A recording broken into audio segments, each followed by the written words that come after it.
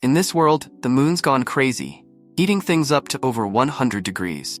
Power plants are exploding, and you can't step outside for long without fainting. The asphalt's so hot, you'd melt if you touched it. With everyone stuck inside, supplies are worth a fortune. Our guy survived 5 years with his girlfriend, but she betrayed him when supplies ran low. Now, he's back in time, 5 years before it all started, and he's going to stockpile billions of resources. This time, he's going to be the cruelest guy around. Right now, our protagonist is on a bus. People are talking about how Mount Fuji had an earthquake and their city's being evacuated. A girl in a tight pink dress says she couldn't even buy supplies because they left so quickly. A guy says all the supplies from nearby cities mysteriously disappeared. Another guy with a shaved head says the same thing happened at Donan Lake and the Dahunan warehouse. The girl's scared, saying all this must be worth billions. From behind everyone, our protagonist says, actually worth trillions. The disappearance of so many supplies and all these natural disasters means something's going on. We should be alert. The girl asks if it's the end of the world. A guy in a green shirt says he's excited and can't wait for everyone to be equal. But our protagonist thinks inequality will only get worse, even at the end of the world. He knows this from his past life. He was just a delivery guy when the apocalypse started. Heat waves hit the earth, tectonic plates moved, and creatures from the core emerged. The world changed overnight. In this new world, there was a new order. Even simple things like instant noodles were worth millions. A sausage could buy you anything. Everyone gave up on normal life. And now, after everything, he's reborn a month before it all started. The girl in the pink dress clings to him and says she's kind of scared, asking him to calm her down, but he leaves, saying there are more important things to do, leaving her puzzled. Outside the bus, he wonders what's more important in an apocalypse. Obviously, supplies and resources. In his past life, he spent all his time searching for them, but this time, he will prepare in advance. He works at Walmart, and at the moment, the boss is saying he will have his salary reduced. He says it's okay and apologizes, remembering that in the first apocalypse, when everything started, the boss of this place took all the supplies and fled. Though now, as compensation, he will take them for himself. He then opens the warehouse, and the system begins to detect all the nearby supplies and sends them to his spatial space. A huge area with a dimension of over 10,000 Miesquarzer. With this ability, he has been stealing even water from lakes and taking all the supplies from cities that are going to be destroyed. After all, if instant noodles are worth so much, imagine real food. The best part is that time there is frozen, so it means the food stays perfect no matter how long it stays there. Finally, he will have something to eat. The system shows how many resources were acquired in this activation, and he feels that after taking so much, he's finally prepared. At this moment, 3 guys from work enter the completely empty warehouse and ask what happened. Our protagonist reveals that he took everything, and the boss says he has no idea how he did it, but orders the other 2 to get him. But the moment they approach, he takes a step back and mysteriously disappears into thin air. They stand there puzzled, wondering where he disappeared to, while he reappears outside. This is his second ability, spatial jump. Using his spatial power, he can teleport up to 3 meters away. With this, he can gather supplies much more easily and escape without a fuss. He tosses his uniform in the air, declaring the collection complete. Then he receives a message on his phone from the authorities warning that the Earth is undergoing strange movements, and everyone should be cautious because a disaster could happen. But there's no need to panic. Our protagonist finds this curious, since nothing has really started yet. And they're already saying this. Does it mean they somehow know the future? At that moment, he receives a call from his girlfriend, Jang Shokin. He sighs and answers, and she scolds him, asking how he had the nerve to put their house up for sale. Does he think she'll really stay with him if he sells the house? He needs to be more responsible as a man. Because even though she doesn't want the house, she's still a woman. And if he wants to prove to her that he's a real man, he should hand over the house to make her feel secure. Tu-chan, our protagonist, asks if she has anything else to say. She says, "What kind of attitude is this?" If he hands over the house, she'll give him another chance. Just transfer the documents to her. But if he doesn't do that, don't even think about marrying her. But Suchan hangs up without saying anything. He remembers that in the last 5 years of the apocalypse, he went out every day to hunt for supplies to feed her, and even took her to one of the safe zone. If it weren't for him, she would have starved in the first few days. But still, he remembers a day when he returned home and was attacked from behind, all because he wasn't bringing in as many supplies, and they wanted to know if he was hiding something. After Suchan was killed, they had fun next to his body, and Jongshin warned the guy on top of her that Suchan died because he was a useless incompetent. And it's good for this guy to prove he's not so incompetent. Suchan was devastated to have trusted such a person for so long. But in this life, Shin and that guy Nam Wang will pay the price, and they won't die easily. The pain he felt, they will feel 100 times more. He calms down and remembers that the things he needs now are not found in the market and can only be bought with money. But first, he needs to get that money, so he calls a guy named Lo and says he's selling his house at half price, but wants the money now. In front of the real estate agency, Wine and Sha Oin are waiting for him.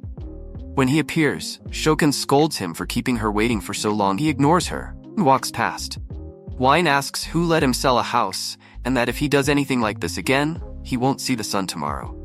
But at that moment, Suchan, who has learned to fight after surviving, grabs him by the neck and throws him to the ground, saying he can do whatever he wants with his things.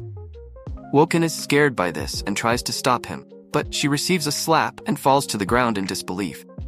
On the ground, Wang is begging him to let go, saying he's almost suffocating, but Suchan tells him not to worry since he won't die so easily. He then releases Juan, who is shocked on the ground, while Suchan enters the real estate agency. At that moment, Shokan threatens him, saying in prison. He sees this opportunity she's giving him. She says if he kneels down and apologizes, she'll consider his case. But if he doesn't do that, he can forget about marrying her. Suchan looks back and stares at the two, who run away in fear. Inside the real estate agency, the attendant offers him some water, saying they will buy his house now. What does he think? The realtor's plan is simple. Suchan's house is worth $1 million, but now he's selling it for $700,000. All he needs to do is buy and sell to someone else, and he'll make a good profit. Suchan agrees to sell, but insists on receiving the full payment now. The guy agrees, saying they'll transfer everything, and by tomorrow morning, it'll all be sorted out. Suchan obviously agrees because houses will lose all value as temperatures rise. Despite several disasters occurring, the city is still peaceful for now. Volcanoes, earthquakes, and tsunamis are all still far away. Walking down the street, he sees a poster advertising quick loans. He decides to go there with his house certificate. Upon arrival, he's shocked to see it's the older brother of the guy who just beat him up, knowing this guy will die in the jaws of a monster in the first few days. The guy says he can lend him $500,000. He just needs to leave the house certificate. Suchan hands over the certificate, saying he wants another $100,000 and promises to win it all back at the casino in a week. The seller likes hearing this and thinks this kid must be one of those gamblers who would sell even their relatives if necessary. This way, he won't be able to pay, they'll keep the house, and he'll still have a lot of debt. With that, the guy agrees, and another $600,000 is transferred. X-Ken is angry along with Wang, saying he'll pay the price for this as they were going to visit Wang's brother, and Suchan just came from there. They spot him. Wang wants to know what he's doing here, already grabbing his neck in fear, but they decide to follow him.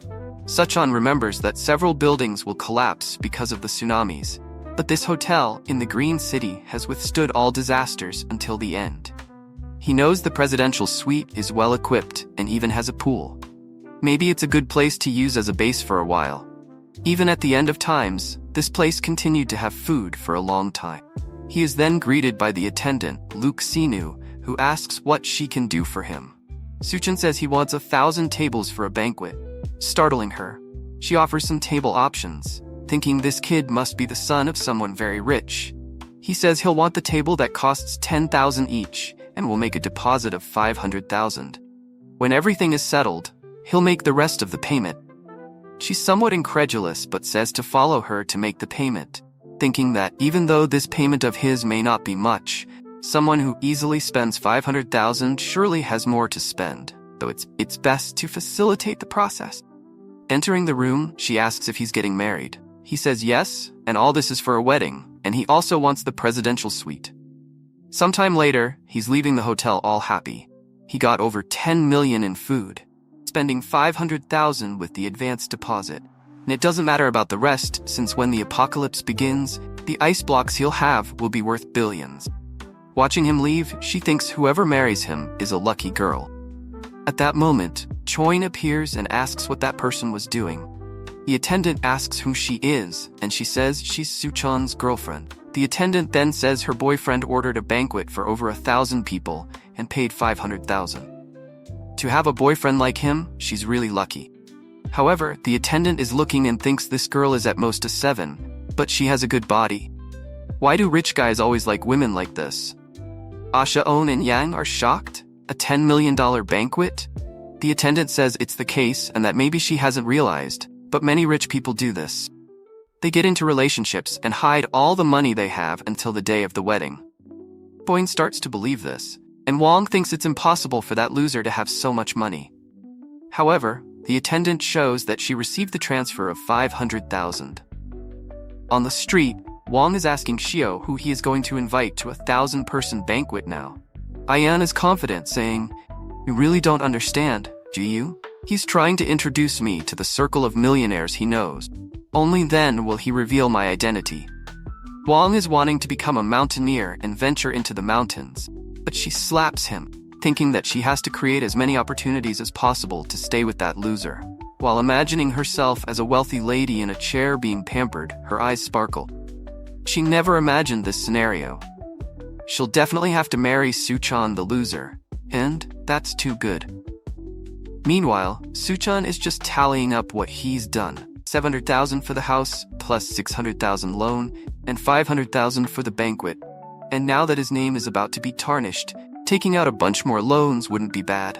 So he installs all the banking apps on his phone and starts taking out a bunch more loans. After creating over 80 accounts, he managed to get another 970,000. Now he needs to buy a fireplace, ice-making machine, ice blocks, smokeless charcoal, and a few other things that aren't available in the market. With the amount of money he has, buying online with fast delivery is easy. These items are essential for surviving the extreme cold and heat that will occur. He then orders 2,000 tons of smokeless charcoal and also calls an ice factory to make a reservation. As he's walking down the street, a girl calls out to him. She's a friend of Shan's and says Shokin misses him. However, Suchin knows this girl isn't up to any good and has always spoken ill of him to everyone. So he tells her, "Miss me? She must miss my house, right?" Lena looks at Cheyenne and says Suchin must be testing her, and she got to realize how sad he was with her behavior. Shokin then rushes to Shen to apologize, feeling embarrassed, asking if he can accompany her for a walk. She's not feeling well and was sad to have fought with him yesterday, but Suchin ignores her and tells her to go for a walk alone. Shin is losing her temper, saying he's being too arrogant, and Lena says he's getting a taxi. It's good they follow him and see what he's up to. Meanwhile, Suchin arrives at the ice factory. The guy there is impressed by how young he is. Suchin asks if the 2,000 tons of edible ice are ready, and the attendant says his factory isn't cheap, but guarantees super fast delivery. He just needs to pay a small portion up front, and they'll deliver everything. Suchan transfers 100,000 to him, and the seller informs him that everything will be delivered in 3 days. The attendant asks why he needs so much ice. Is he organizing an event? If he wants, they can cooperate in the future, and the price is negotiable. Suchin says it's all for a charity event and leaves. At that moment, another taxi stops and the seller gets excited, but it's Aoin wanting to know what the guy who just left was doing there. She's asking because he's her boyfriend. The seller's confused. Is this girl playing detective? What's going on here? He says the guy ordered 800,000 worth of ice. Both of them are shocked. 800,000 in ice? It's confirmed he's a millionaire. Lena asks if he told him what he's going to do with so much ice. The seller thinks and remembers he said he's going to donate it to charity. Both of them get scared without understanding the reason. The scene shifts to one of the city's fanciest restaurants. In his past life, Suchin never enjoyed anything before everything was destroyed, and even having a coffee was a luxury. Looking at the menu, he sees it's all quite expensive, and on the last page, there's something for 177,000 with a question mark. He asks what it is, and the attendant says it's a special item made by their chef. Suchun says it sounds good and places the order. He remembers that in his past life, several creatures mutated. Some people thought it was some kind of biological change, but for him, It was just the creatures adapting to the new environment. At that moment, a girl with pink hair comes to deliver his order. She's marvelous and introduces herself as the chef of this restaurant. Suchun recognizes her as Chef D. During the apocalypse, she became known as the Hell's Chef. She has some kind of magical culinary ability that turned corpses into edible things. And in a world of scarcity, no one could resist the temptation. However, the dishes made with mutated creatures always ended up killing people. Seeing his expression, she wonders if he thinks a beautiful girl like her would poison his food. Then she tells him that the dish she served is called Two-Faced Life. It's a meat dish with different preparations on each side. Suchun tries it and says it's really worth the 117,000, while thinking it would be wonderful to have her at home to cook. Outside, Lena says she heard this restaurant is really expensive, and Shokin says she can't wait to become a rich wife. So, Suchun decides to go to one of the city's most expensive bars, since soon it won't be possible. As soon as he sits down, a bunch of girls surround him, asking what he wants to drink. He starts drinking with them, and when he looks to the side, there's a girl sitting there. Her friend says she was betrayed by her boyfriend and came here to have some fun. The girl says her boyfriend didn't even sleep with her and cheated on her with an old woman. Why do all men act like that? Suchun says it's because men's instinct to reproduce is ingrained in their DNA and mind. Suddenly, she drinks her entire drink and asks if he's single. He's confused, but she approaches and asks if he's interested. At that moment, Shokin and Lena enter the bar looking for him, and at a table in the corner, they see him with the three girls. Suchun tells her they can go up to a room, and she seems to agree, so the two rush off. Seems the desire between them is strong. Haeowon and Lena shout at him to stop, but the two run to the room, enter, and close the door. He apologizes to her for those two, and the girl timidly says it's her first time. Duchan feels awkward and flicks her forehead. Dang, she must be drunk to do something like that. He tells her not to leave the house for the next few days and to stock up on food. She says she understands, and then he says a girl like her shouldn't be in a place like that. With that, closes the door and leaves, thinking it's a shame, but he won't be able to seize this opportunity. When he leaves the room, Sean and Lena are kicking all the doors. He easily leaves. The next day, he receives all the delivery trucks from the ice, charcoal to the banquet.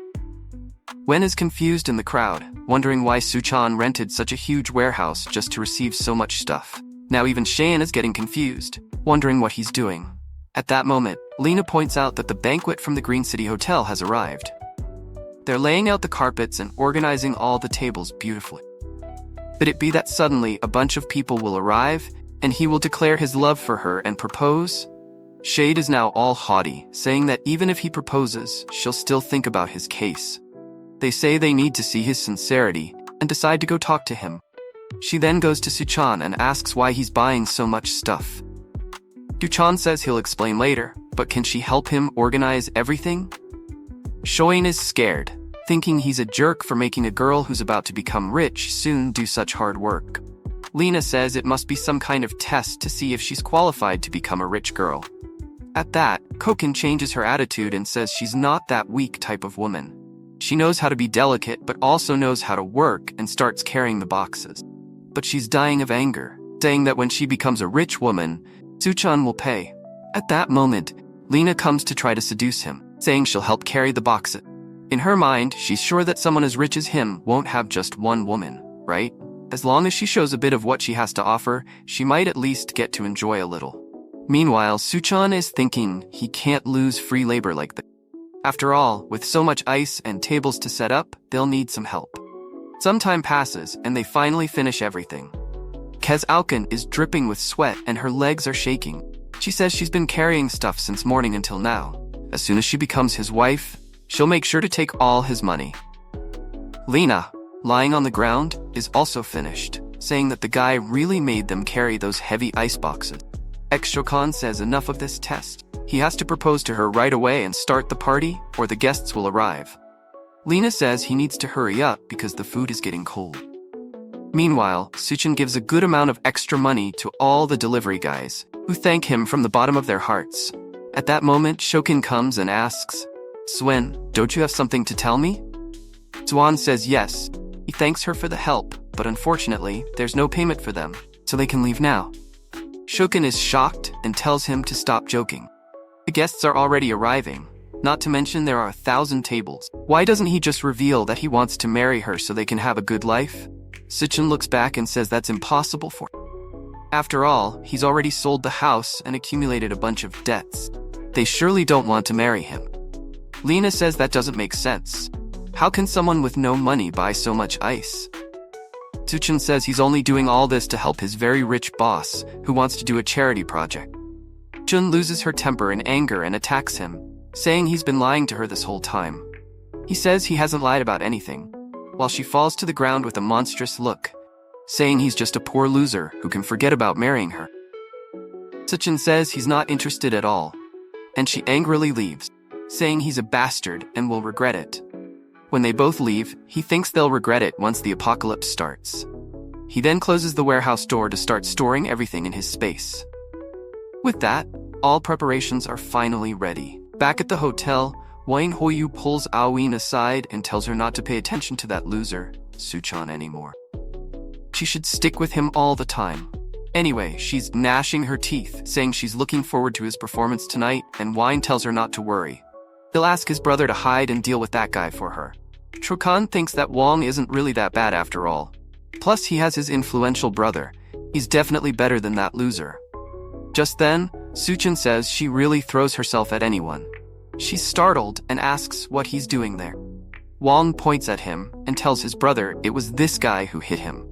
Dahai says he didn't expect it to be this guy here, and Wang asks if he knows that guy. Dahai explains that this kid borrowed 600,000 from him and has to pay it back by tomorrow. Wang says that's perfect. They can settle these two things. Hua Oyan is now happily saying she really got rid of a loser, especially one who owes money to Dahai's brother.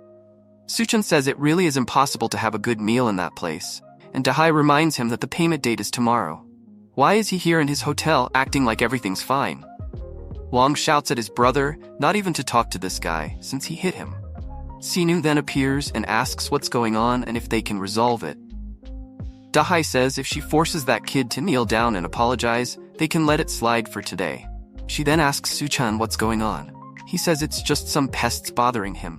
Dahai then bangs on the table, saying he was only calm because his payment is due tomorrow. But from afar, a guy with a goatee asks what's going on and who let him cause trouble here. Suchun and Dahai recognize this guy as Ji Kang. Dahai starts apologizing, asking what he's doing here. Guang says he has important matters to discuss here today, and it's not for him to cause trouble. Dahai knows this guy is an entrepreneur, but is involved in various underworld activities, and has a lot of people under his command, so it's really not good to go against him. With that, he apologizes, saying he'll come back later. Suchun recognizes this guy as Skull Crusher, and in the apocalypse, this guy became one of the most powerful forces, and even had the boss of hell working for him. Suchun remembers that this hotel was one of the first places where some people with powers appeared, and maybe he got so strong because of something that will happen here.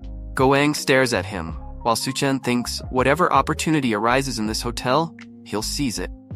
Sometime later, Goang is taking Duan to meet someone named Mr. Sun, and she asks what this guy wants to discuss with her.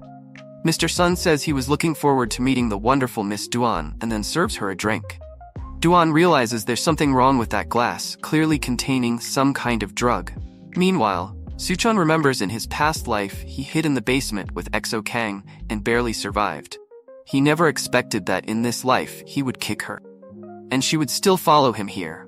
But this is the perfect opportunity for revenge. Looking at the pool where the two brothers are going to refresh themselves, they say that tonight is strangely hot, but it's worth it since the girls will come in bikinis.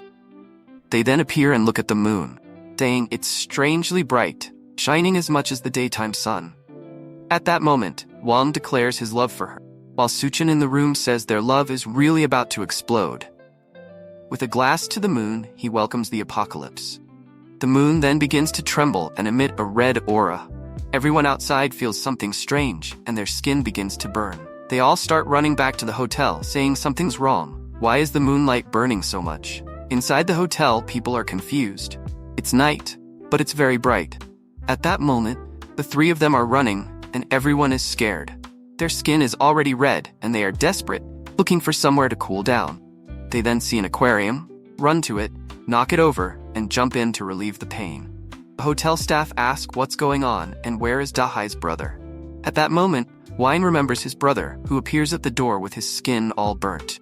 In the room, Mr. Sun is asking Duan why she's not drinking, and Goeng says they prepared a banquet. But why don't they go there now? But Mr. Sun tells him that in this city, nobody can refuse to drink the wine he pours into the glass. Duan gets angry, thinking Goeng set her up. He's so eager to raise his social status that he handed her over to this Mr. Sun. She knows this Sun Debio very well. He's a guy who's invincible in the city of Shanggu, has harmed many women, and today she became his target. She's absolutely sure there's something wrong with this wine, so she can't drink it. But what will she do? Right at that moment, the moon starts burning the three of them. And they close the curtain, wondering what's happening. Mr. Sun says they'd better go down to understand better. And Duan feels relieved to get out of the situation. In the lobby, Sinu is trying to calm everyone down, saying the rescue teams must be coming. Goeng asks one of his henchmen what's going on.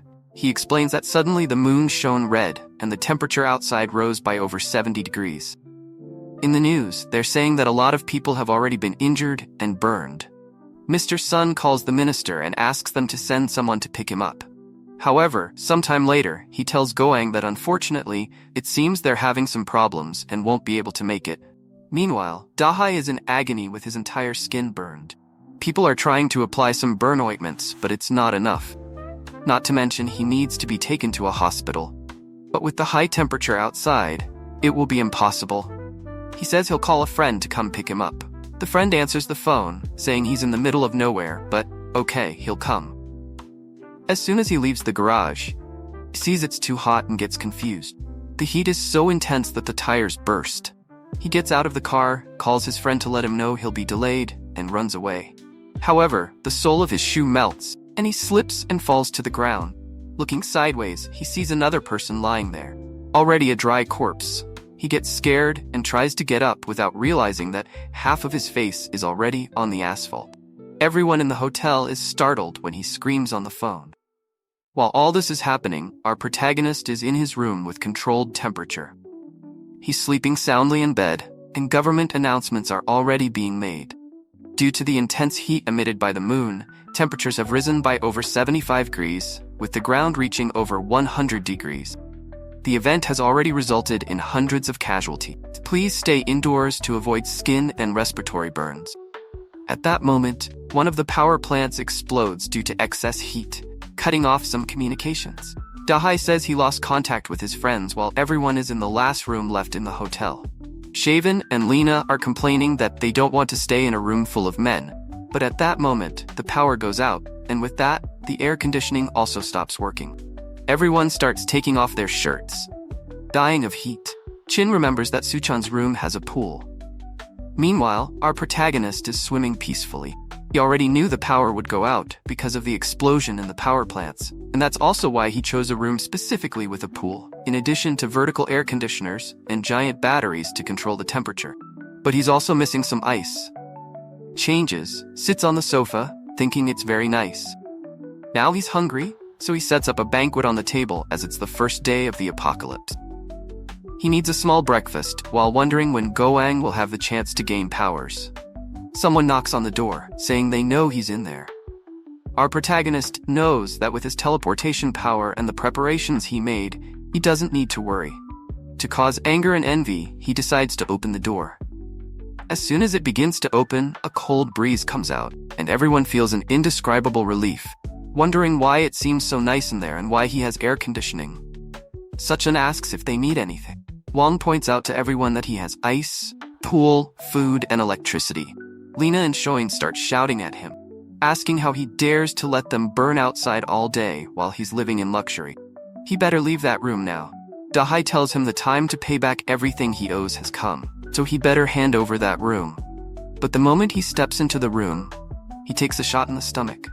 Dahai is shocked when he sees the wound, and Suchan warns that if he takes another step, he'll die. Everyone is trembling now. Does he really have a gun? Dahai is outraged, asking where he got that, but another shot is heard in the room, and everyone is scared when Dahai falls to the ground, now with a wound in his leg. Suchan points outside, saying whoever wants to die can stay there, and he'll give them 3 seconds. Whoever is in his line of sight will go to the next life. Meanwhile, Gai Chang is talking to Di Xiu, asking how it's possible for such a large hotel not to have any food. She apologizes, saying they recently had a banquet for over 1,000 people, and the ingredients and food were scheduled to arrive today. At this moment, Mr. Sun, pouring water over his body, commands her to bring all the water and food she has right away. Families start to become outraged by the water waste he's causing, and a war breaks out in the lobby. Just then, Dahai arrives with his injuries, and everyone warns that Suchan shot someone. Seeing the wound, Gochang wonders if there's someone with a gun in this place. Seems like there's a tough guy living upstairs. Chokin then informs everyone that Suchan's room has electricity, air conditioning, and even a pool. People surround her, asking if she's not lying, if she's sure. She affirms they can believe her. He even has ice cubes and plenty of food. So everyone decides to go to his room. Meanwhile, Goang sends one of his henchmen to take a look as well. Once again, Suchan opens the door, asking what they want, and everyone feels the fresh and cool air touching their skin. It seems like paradise in there. The crowd outside pleads for him to be kind and take care of the elderly, stating that since it's a hotel emergency, he should share everything he has with everyone. The chubby little boy spots some fried chicken and jumps to grab it, but he's stopped with a kick to the belly and sent flying. Suchan warns the parents to take care of the kids, or he'll have to do it for them. People are outraged, asking how he dares to hit a child. He's truly a murderer and doesn't deserve to stay in that room. Boom! Everyone starts to enter. However, at that moment, he shoots the guy in the back, falls to the ground. Suchan warns that he may be alone, but everyone there only has one life. He knows the situation seems dangerous, but at any moment, he can jump through the portal and disappear. Downstairs, Wang is furious after his brother suffered 2 gunshot wounds. Crowd threw his body out because he was already dying and decomposing. Wei is saying they have to kill that damn Suchan. Meanwhile, in Suchan's room, Shaoan and Lina are sweating and dripping with heat as they're asking to come in, saying they're sure he wouldn't have the courage to shoot them, and that they love him very much and are sure he loves them. If he lets them stay there for a little while, they promise to join him in a 2-against-1 adventure all night long. Suchan says that since they want to work together so eagerly, he'll let them in. They're all happy and disbelieving, but suddenly, Wan passes between them, hitting them, saying he'll kill him. When he's about to touch Suchan, he takes a blow to the face, collides with the two, and everyone falls to the ground. Around stay Wang, beaten in their arms. They're afraid to enter the room. The Chan says just go away from here. They leave, and he says he's just playing for now, but if anyone tries anything, the artillery robot he has installed will sort everything out in seconds.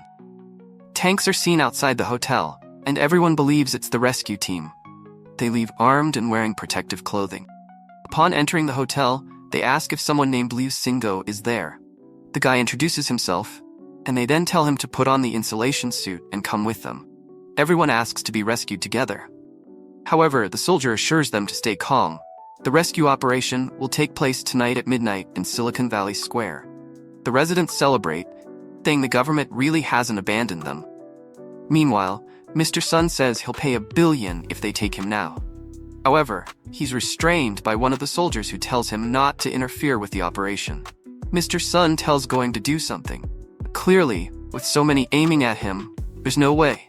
At that moment, Shim grabs one of the soldiers and says there's a killer living upstairs, and Lena says he's already killed a bunch of people and will soon finish everyone here. They need to save the people in the hotel. A soldier named Xiao Fang then says he'll take a look, and his friend tells him to be careful and not act impulsively. Takes his gun and starts climbing the stairs toward the room. Xiaoan is thinking this is the perfect situation. As soon as this guy kills Suchan, she'll steal that room for herself. Chang cautiously walks down the hallway, observing every corner until he notices a camera looking at him. Suddenly, Suchan opens the door and throws a flashbang. Before he could understand what's happening, it explodes in his face, blinding him. A sleeping gas falls at his feet, and when he crouches, Suchan appears from behind and hits him on the head. Sometime later, he wakes up in the room, not understanding what's happening and why it's so cold. Suchan tells him, "Your name is Luke Xiao Fan, and you're a captain of the Special Forces. Now that you're awake, let's talk." Xiao Fang looks around at the ice cubes and asks what's going on here. who he is and where he got those grenades and weapons. Suchan says he's just a regular guy who just graduated, and he got those weapons on a trip to the Middle East. Suchan then asks if the government set the rescue points for tomorrow morning, and Xiaofang is surprised by the fact that he already knows that information. Suchan realizes it's all going to be the same as in the past life and warns Xiaofang that even though the temperature is lower at midnight, people can't stand more than 10 minutes outside. The vast majority will die just trying to reach the rescue point. Xiaofang says they have no choice since many people are starving in their homes and can't stand the heat anymore. Their only chance is to reach the rescue point, and since it's difficult to modify the vehicles, there's no time to rescue everyone indoors. At least if they put some blankets over their heads, maybe they can make it. Suchan suddenly puts his hand on Xiaofang's shoulder and points the gun. Xiaofang asks him to calm down and says all he wants is to at least warn everyone to go with blanket. Suchan then cuts the rope and says he's free since he respects the fact that he's saving lives, but it's good he doesn't try to come in here again. Xiaofang asks if he's not afraid he'll come back with other people, but Suchan shows him there's no need to be afraid. Xiaofang recognizes it right away. It's a camera with facial recognition and an automatic machine gun. He wants to know where Suchan got it, but Suchan says he already told him, the Middle East. Now he better leave the room, because he doesn't have time to deal with this anymore. Xiaofang accepts and leaves. Back at the tank, Mr. Sun gets angry, thinking that not even the soldier could deal with Suchan. He hits Gan, saying he really can't do anything. Gan's henchmen ask if they really won't do anything and will tolerate this guy. Gan explains that after everyone is rescued, they'll still need the connections. It's dangerous to act now. At that moment, Suchan appears and says in times of chaos, they're still dreaming of restoring order. The henchman gets angry. Gan tells him to calm down and asks why Suchan came down. Suchan then shows a bucket of ice, saying he came here to negotiate. The henchman tells Gan it's good to kill that kid now and take everything he has in the room, but Suchan points the gun, and the guy gives up the idea. Gan then says they should talk business, and Suchan hands over the edible ice to both of them. When they eat it, they're impressed with how delicious it is. Gan now also wants to kill Suchan to take everything he has. First, they'll meet his demands. At that moment, Mr. Sun kicks Suchan in the stomach, saying he's a liar for hiding those ice cubes and starts stepping on him, saying if he hides anything else, they'll die. Gan is losing it, and Mr. Sun sees Duan sitting, saying she's a very modest girl.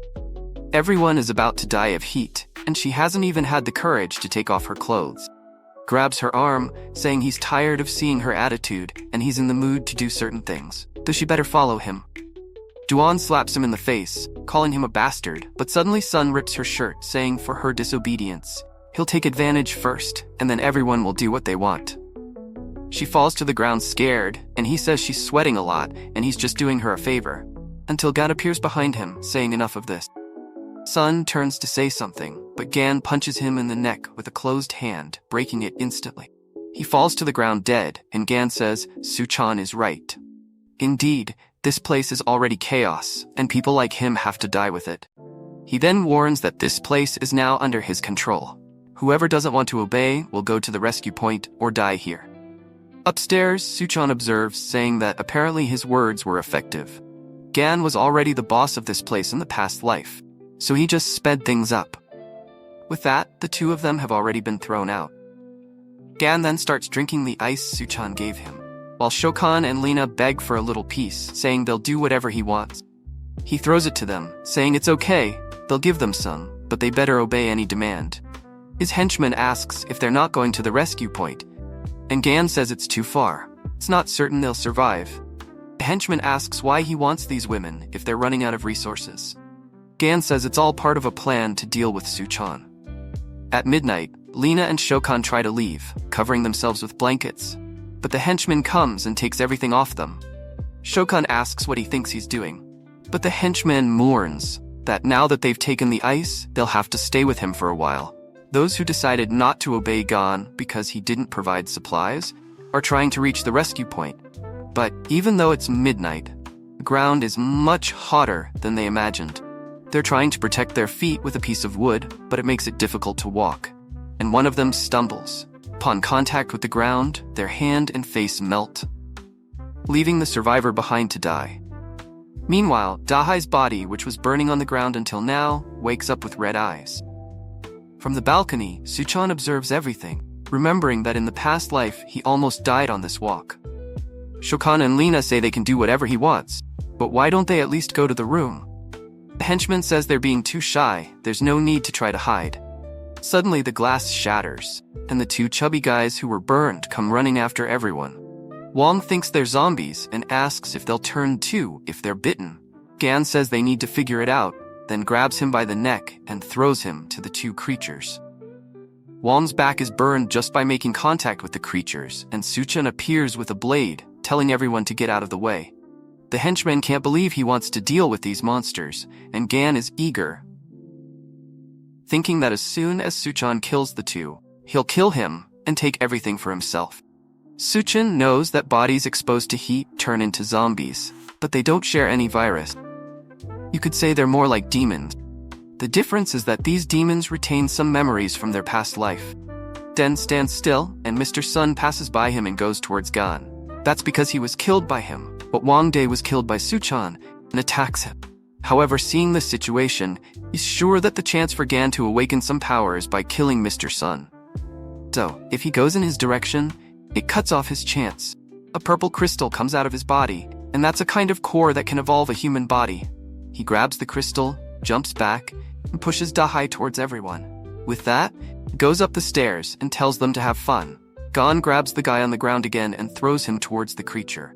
Back in his room, Suchan says these crystals are extremely rare. Puts it in a glass and drinks it, since that's the absorption method. The body extracts the energy from the crystal and strengthens itself. His eyes turn red and he starts screaming while all his clothes burn. He falls on the ground on top of an ice block. Meanwhile, in the lobby, the drought demons have finished all their water. Now that there's nothing to drink or eat, Lu wants to escape, but the henchman stops her, saying she's not going to run away. At that moment, Lena says they should use Shokan. She was Suchan's wife, and if they throw her at the door, it's certain he'll open it, and then they can try to steal something from him. The henchman says it's a great idea, and Shokan says she'll help, but she wants to eat meat first. The henchman says there's no meat since the refrigerators have been off for days. Gan looks at her and asks if she wants meat. Then he has a solution. They restrain Lena, and he warns her if she wants to, she'll have to do it. Shokan is shocked, asking if he means they're going to eat her meat. While Lena is trembling, Shokan goes towards her. Lena pleads, saying, "What are you doing? You're not going to do that, are you?" But Shokan goes to her face and says she just betrayed her by talking about her being Suchan's wife. Since she did that, she deserves it, and then strikes 3 times. Gan and the henchmen are even scared to see how she did that without hesitation. Shokan is going crazy, saying that when she's full, she'll go up and drink Suchan's blood. The henchman looks at Gan and asks if they're really going to do that. Gan says to call the boss and do it quickly, or else they'll dry up. Meanwhile, in the room, Suchan's bouncing around with his new body. Not only is he heat-resistant, but he's also more agile and strong. Just then, he sees Duan at the door, looking freaked out. She's thinking, this place is going crazy. I can't survive here. So, she decides to take a chance and use what she has to get something. Right then, Suchan bursts into the room. She screams and he apologizes, saying it was an accident. He's excited about some news. He tells her that even though he has resources, they're limited. He can't just accept her because she's pretty. He remembers she was a smart woman in her past life, and even formed a cooperative relationship with Gal Kian. But now, the atmosphere feels weird. Duan tells him she's not just a cook, she's also a doctor. She's worked as a surgeon for 3 years. She's thinking his room is super well equipped. It has electricity, ice, and food. She needs to prove her worth to stay. Suchan acknowledges that being a doctor is a good thing, but he also knows resources are scarce, and it's uncertain if they'll survive. Feeling unsure, she says she'll do whatever he wants as long as he doesn't kick her out. Suchan immediately says, "This is your new home." He feels embarrassed because he said it a bit hesitantly. Duan warns her that she needs to behave. If she's planning something behind his back, their relationship is over. Duan assures him she understands and won't doubt his method. Suchan suggests she can prove her determination by undressing. She feels embarrassed and asks if he wouldn't rather see a like on the video first, since the chapters are over. I'll bring more if you liked it. Activate the bell.